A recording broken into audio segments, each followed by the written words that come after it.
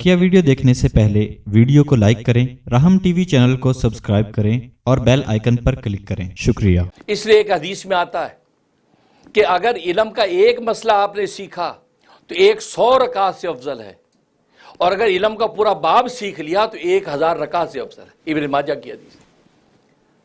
तो कहने का मतलब इल्म, तो ये इल्म वो मदार है जिसके ऊपर अल्लाह तबारक व तआला इंसान को बुलंदियां अता फरमाई हैं। इल्म, इससे सही मुस्लिम की हदीस है, इन्नल्लाह यरफ़अ बिहाज़ल किताबी अक़वामन व यज़उ बिआख़रीन।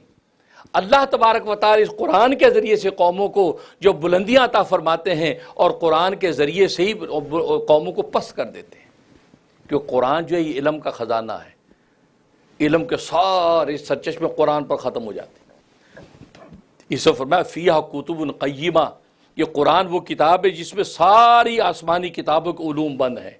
कुतुबुन क़य्यिमा, तौरात के उलूम, इंजील के उलूम, ज़बूर के उलूम, साफ़ शीस के उलूम, साफ़ इब्राहिमिया के उलूम, सारे के सारे उलूम इस कुरान के अंदर बंद है। जिसे कुरान के इल्म को हासिल कर लिया उसने सारी कायनात के इल्म हासिल कर लिए, और जब कुरान का इल्म हासिल हो गया और वो अमल के अंदर भी आ गया, फरमाया कि उन कौमों को अल्लाह बुलंदियां अता कर देती।